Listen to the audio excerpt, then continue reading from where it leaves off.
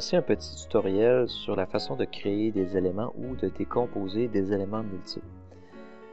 L'outil en question se trouve ici dans l'onglet Modifier et c'est le petit icône qui ressemble à trois épaisseurs de papier. Les outils les éléments complexes, par exemple comme un mur qui est composé de plusieurs matériaux, peuvent être décomposés. Mais attention, dépendamment où ce que vous faites la commande, ça peut avoir une incidence sur le modèle. Allons-y avec deux exemples. Donc, premier exemple, je vais activer cette option-là directement dans une coupe. Donc, je suis dans la coupe section 1. Je sélectionne mon élément que je veux décomposer. Je l'applique ici, comme ça.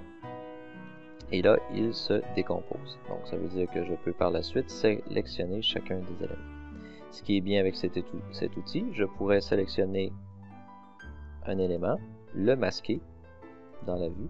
Par exemple, si je veux faire une coupe de mur, je veux modifier des petites épaisseurs et des éléments. Donc, je masque le tout. Et ensuite, je pourrais sélectionner ma brique, faire afficher les poignées, donc les petites barres ici, et tout simplement étirer ma brique jusqu'à l'autre élément.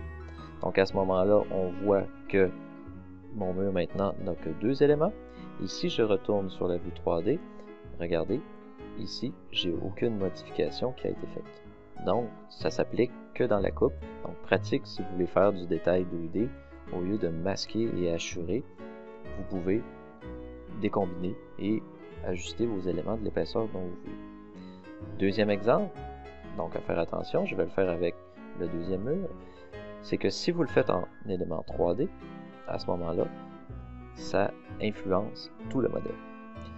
Donc, je sélectionne encore une fois mon mur, je crée des éléments, et cette fois-ci, si je le modifie, donc je vais faire, par exemple, afficher mes poignées, je peux jouer avec la hauteur et la disposition de mon élément. Donc ici, je suis en coupe, je vais tout simplement annuler ma coupe.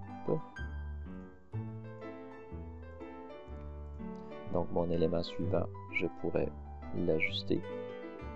Même chose pour l'élément suivant. J'affiche les poignées.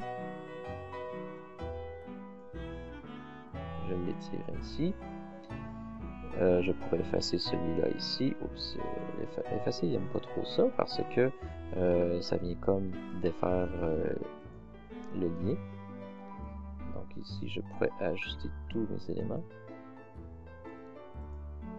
Et si je décide, par exemple, de jouer avec l'épaisseur de la brique, comme ça ici, lorsque je vais revenir dans la coupe, voyez-vous, tous mes éléments que j'ai modifiés ont été modifiés aussi en même temps. Donc, à faire attention avec ça, avec l'outil créer des éléments. Si vous le faites en 3D, ça affecte toutes les vues, alors que si vous le faites dans une section, ça n'affecte que la section.